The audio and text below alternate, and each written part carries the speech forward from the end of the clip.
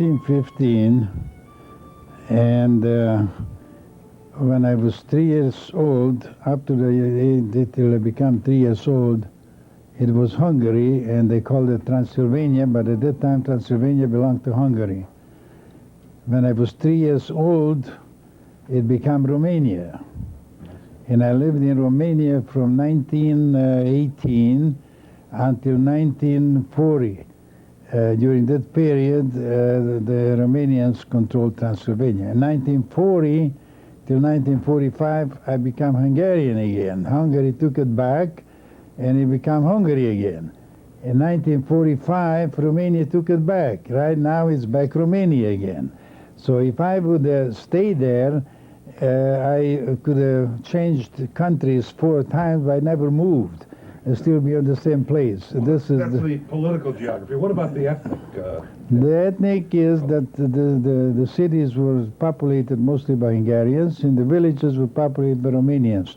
And there were quite a few German areas also. So when I grew up, I had to learn more or less 3 or 4 languages at the same time. I was going to Romanian school, and I spoke Hungarian, and I spoke Yiddish, and I spoke German. So all of these 4 languages we had to speak in order to communicate, to be able to live and communicate with all of the people. We had to learn 4 languages. My mother raised 8 children. I had 3 brothers and 4 sisters. I was a child of 8, family of 8. She raised us, and she was only about 34 years old when my father died, but she never remarried because she did not want to have a stepfather for 8 children. So she put up all of these years. She was a very energetic lady. She was able to give us all of the things what we needed, even though we were very poor, but we never knew it. But what about, do you have any recollections of her parents or of your father's parents? Yeah, I have a recollection of the grandparents. Of the grandmother of my father's side, I remember, and I remember my grandparents of my mother's side, both of them. They lived, my grandfather lived to be 75, and my grandmother lived but 77. She survived him. A couple years later, she died. Did they live in the same? They lived in the same area, but not that close. It was but 20 kilometers from where we lived. And but my mother, with her whole family, they came from that area, from the Kapolnok monastery area, which it was a small Jewish community. Everybody was related to everybody.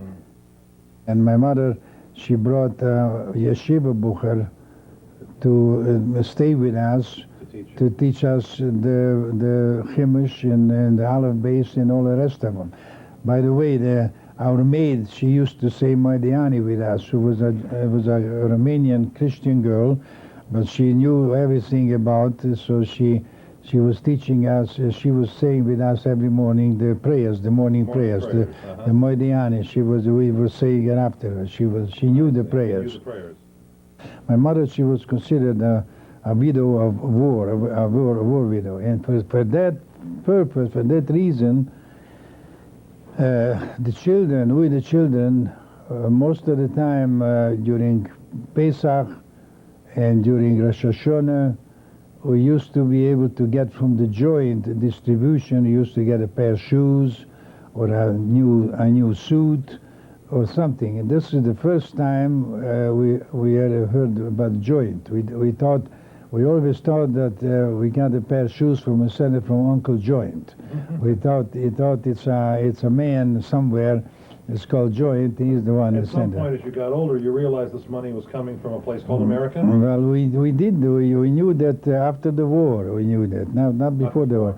No, after the war, when we were in Vienna, we were still getting some packages from. As a child, when you received. As a child, we didn't know that. We thought it's coming. Somebody, some Uncle Joint somewhere. He has a lot of compassion for children who were orphans. We were considered orphans of war orphans. Well, we played soccer. We went out, played soccer, and then we made ourselves a ball from rags, and we made ourselves a wagon. We cut the wood, and we drilled a hole, and this was the wheels, and we made a wagon, and we had that ball, and then we played. They call it here baseball, but we called it hit one and run. That's what we called it. Adjatutni footni. That's what we called it. Yeah, and we used to do that. Cricket, maybe you might have used. Yeah, and this was the games. Do you remember seeing your first car?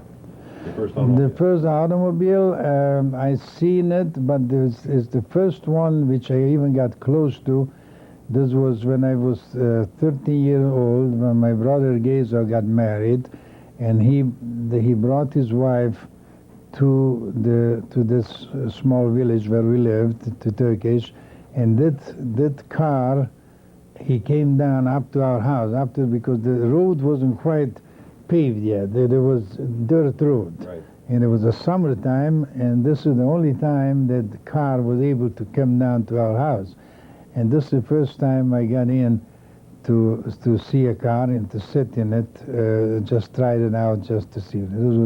I was 13 years old. What about your first telephone? Do you remember seeing a hearing? The first telephone, yes, there was. I seen those already in the 20s.